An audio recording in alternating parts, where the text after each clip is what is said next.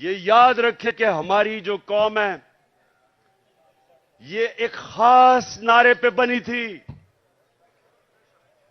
کہ پاکستان کا مطلب کیا،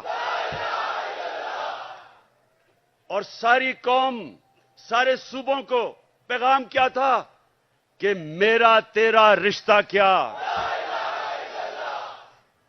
اور یہ نعرہ جو ہے، یہ اللہ سے جو وعدہ ہے، یہ آزادی کا نعرہ ہے. جب آپ اللہ کے سامنے دعویٰ کرتے ہیں کہ اے مولا تیرے علاوہ کسی کے سامنے میں نہیں جھکوں گا، تو یہ آپ کی آزادی کا دعویٰ ہے. ایک قوم جو غلام ہوتی ہے وہ کوئی بڑے کام نہیں کر سکتی، صرف آزاد قوم اوپر جا سکتی ہے. جو میرے نبی صلی اللہ علیہ وسلم نے مدینہ کی ریاست بنا کے ثابت کیا کہ ان لوگوں جن کی کوئی حیثیت نہیں تھی، دنیا کی امامت کی انہوں نے. 2 سپر پاورز ان کے سامنے گھٹنے ٹیک گئیں کیونکہ وہ لا الہ الا اللہ کا مطلب سمجھ گئے تھے.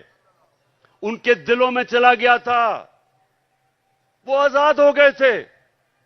یہ ہے ہماری جنگ اس وقت، آزادی کی جنگ، حقیقی آزادی کی جنگ.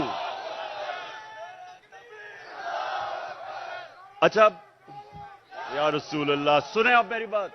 یا علی سنیں،